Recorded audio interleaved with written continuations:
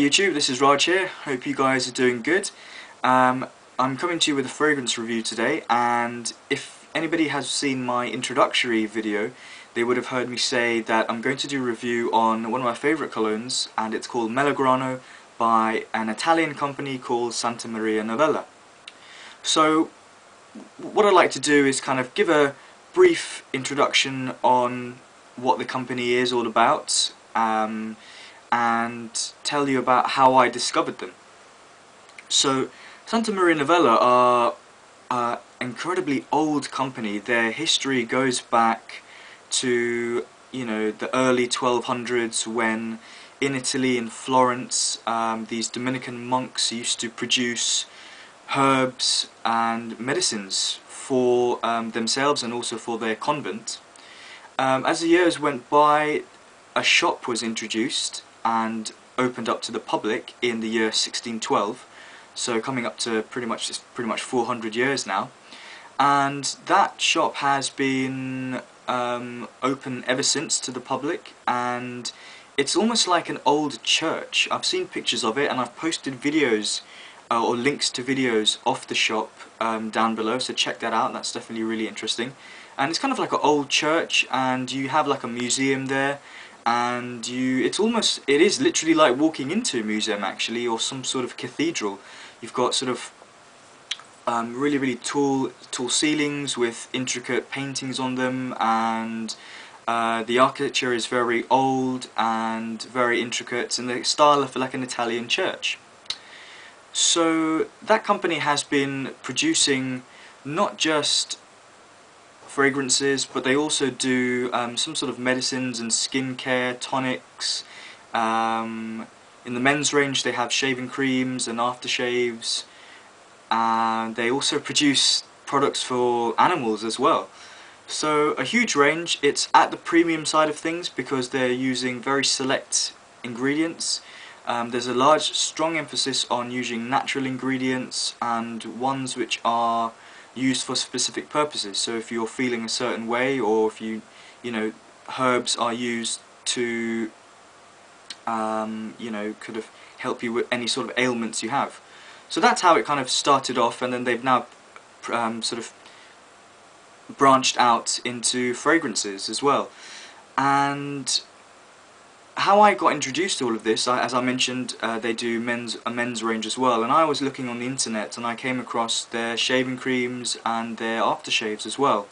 So that was something I was quite interested in, and I'd kind of sort of bookmarked it, but never actually sort of went any further with it. I just kind of identified the fact that they had a highly reputable shaving cream which was getting some good reviews online, and some pretty good aftershaves, but they were at the pricier end, so I didn't actively go out looking for them. And then one day, I live in London, and one day I found myself walking past their shop, and I didn't even realise it was there. I was in Piccadilly, and that's kind of like in central London, in the sort of Mayfair region, and I walked past their shop, and I didn't actually know it was Santa Maria Novella. I looked inside, looked at it, and I thought, that looks quite a nice place. What's this all about? And I looked up to the top, and it said Santa Maria Novella. So I was like, oh God, what are the chances of me walking past a shop a brand that I'm interested in, you know? And I just thought, well, I better go in and see what it's all about. So it's a nice little shop, nice quaint shop, quite small, and it's just full of all their products in very sort of intricate design. The packaging is very intricate, and they have lots of sort of wood cabinets storing their products there, and it's a really nice place. If you ever do find yourself down there, definitely pay it a visit. It's in Piccadilly Arcade. I believe they also have a shop in South Kensington. And also, I had a look on their website, and they also have stores in the US, and also all around the world, but in the US they have a store in New York, and they have a store in LA, and there's a few other places as well, like Dallas and I think Washington as well. So if you ever do get a chance to go into their shop, it's like kind of taking a step back in time really, because it's a very old, they've kept it that way because I guess their kind of way of thinking is, if it's not broke, you know, if it ain't broke, don't fix it.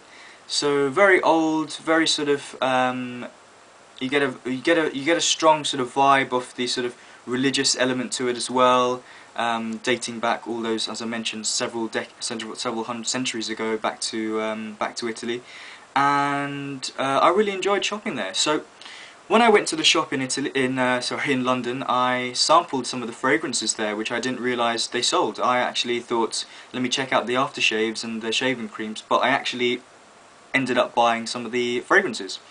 So I tried on a few there, and was immediately, what struck me straight away was that the purity of the scents. They were very, very natural. You could tell that the quality, you know, was up there, was really high. And because of that, it comes with a kind of strong, high price tag. So I kind of sampled a few, walked away, and came back to the shop, and I ended up purchasing Melograno, which means pomegranate, and is the fragrance, or the sort of fragrance line, is their top seller. So they don't just do fragrances; they do sort of like candles and soaps and all these types of things as well. So let me just show you the product. The packaging of this company is really, really, really unique, and I think it's excellent as well. Typical of Italians, really, coming out with something very stylish and very classic.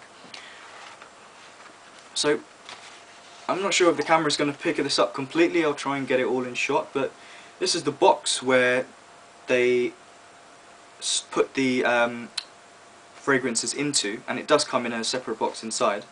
And it's a nice design. It says, I'm not sure if I'm pronouncing this right, but Officina Profumo Farmaceutica di Santa Maria Novella. And it's a cool box. I've never seen anything like it, to be honest. A nice little curvature here, and that just flips open, and inside you have the fragrance. And so then it comes in this box here. Quite simple, kind of like a just standard cardboard box. Quite nice. And the design, I think, is pretty cool as well. You know, Acqua di Cologne Melograno, and then it has the name of the company, and Firenze, which I think is Florence in Italy, and 1612, the date of when the shops were open to the public, or when products were open to the public. It's an eau de cologne, but it has quite a strong. It is quite fairly on the potent side. This one, anyway. 100 milliliters, it says 3.3 here. 3.3, 3.4 fluid ounces. There you've got the ingredients list, and another little, just gives the name of the company again. So yeah, first impressions, really good. It's definitely not a cheap product. This retails for about £80, which I believe is about 125 or 120 US dollars. So you are paying a significant amount, but this is at the higher end of things in terms of quality. So let's get the bottle out. This is how it is. I actually don't have, I just realised, I don't have it at hand, but it comes with a sort of a twist cap on top. This spray, this atomizer, was actually given to me in the shop. So this, you know, originally wasn't like this. It came with a sort of metallic circular top, which looks really good actually. It looks much better than this atomizer, which is a little bit on the sort of, a little bit on the plasticky side, but it's not a big deal. And again, you know, colour combination is pretty good. You've got the greens there, and the sort of the colour of the liquid is a sort of kind of light yellowy thing. So yeah, it's pretty good, and the atomizer works quite well. So let's get into the notes. Now, when I sort of read about this scent, I was interested in the aftershave actually, to be honest, and I read that the notes were a sort of top notes of pomegranate and a fruitiness, a floral, and a sort of woody, powdery drydown. Now, reading that out and thinking of those scents and those fragrance notes, on paper, at the time, none of them really appealed to me. You know, I don't really go into kind of fruity scents, and powdery, I was thinking, is this going to be cloying? I wasn't too sure. But then I thought, you know, I'd give it the benefit of the doubt. It is their most popular range, so, you know, I'm not going to dismiss it straight away. So when I sprayed this on in the shop, my initial reaction was, wow, what is this scent? I've never smelled anything like it before. Immediately I could tell it was a very natural scent, very complex as well, something very well done, and I just thought this is very unique. And this is what I like about fragrances, you know, discovering a little shop which you didn't realise was they even had a shop in London, so I was really surprised with that. Discovering that they do fragrances, and then finding out a fragrance which I've never smelt before.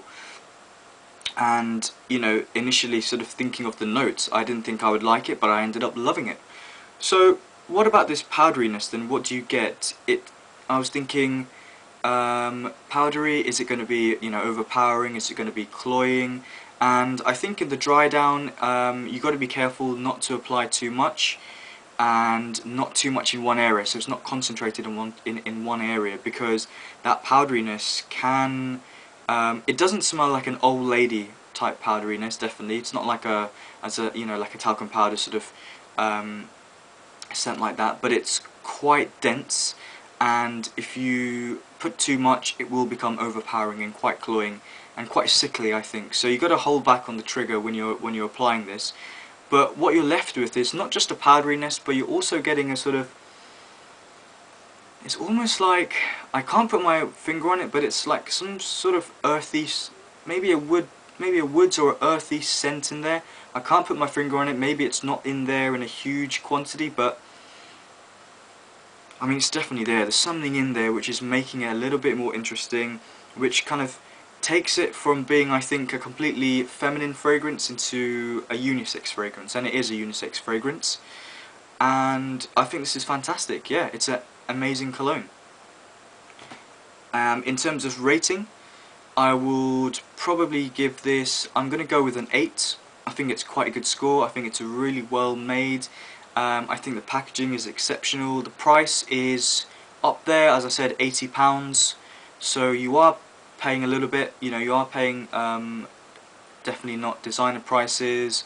But then on the other hand, you could say there's a lot of niche fragrances out there which for half the amount you would pay double. So I think it's kind of in the middle between designer and niche, and it's a pretty good range to try. I would also recommend some of the other fragrances which I tried in store, and I've given a link at the bottom to their Santa Maria Novella's official website, and it gives a breakdown of all their fragrances. They have so many. They have maybe, I didn't count, but maybe at least 20.